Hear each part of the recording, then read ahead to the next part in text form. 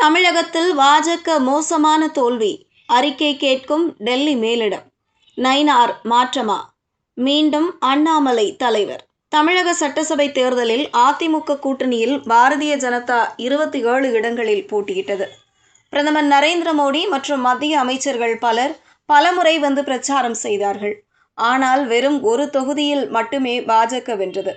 அதுவும் சுமார் 1000க்கும் அதிகமான வாக்குகள் வித்தியாசத்தில் வென்றுள்ளது பாஜக.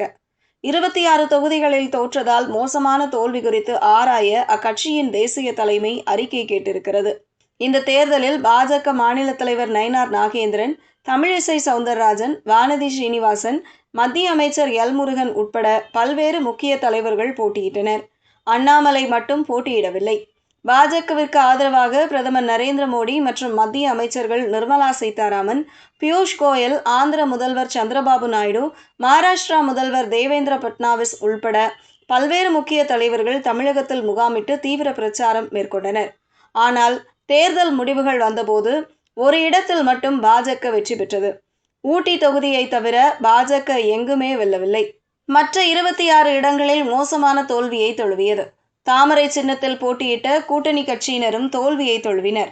பாஜகவின் நட்சத்திர வேட்பாளர்களான மாநில தலைவர் நயினார் நாகேந்திரன், டாக்டர் தமிழிசை சவுந்தரராஜன், வானதி ஸ்ரீனிவாசன் ஆகியோரும் தோல்வியை சந்தித்தனர்.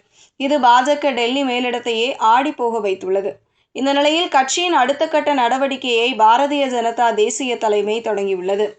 தமிழக பாஜகவின் படுதோல்விக்கு என்ன காரணம் என்பது குறித்து ஆராய்ந்து அறிக்கை அனுப்ப மத்திய பாஜக அரசு கேட்டுக்கொண்டுள்ளது. இதற்காக விரைவில் தமிழக பாஜகவில் குழு அமைக்கப்பட உள்ளது. இந்த குழு தோல்வி குறித்து ஆராயும். கடந்த நாடாளுமன்ற தேர்தலில் பாரதிய ஜனதா 12 இடங்களில் 2ஆம் இடம் பிடித்தது. கணிசமான வாக்குகளை பெற்று வாக்கு சதவீதத்தையும் அதிகரித்தும் இருந்தது.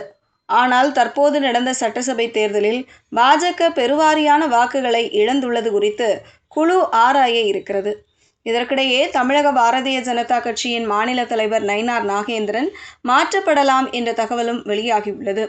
அண்ணாமலை 2024 தேர்தலில் அதிமுகவை முக்கியமான தொகுதிகளில் கூட வீழ்த்தியிருந்தார்.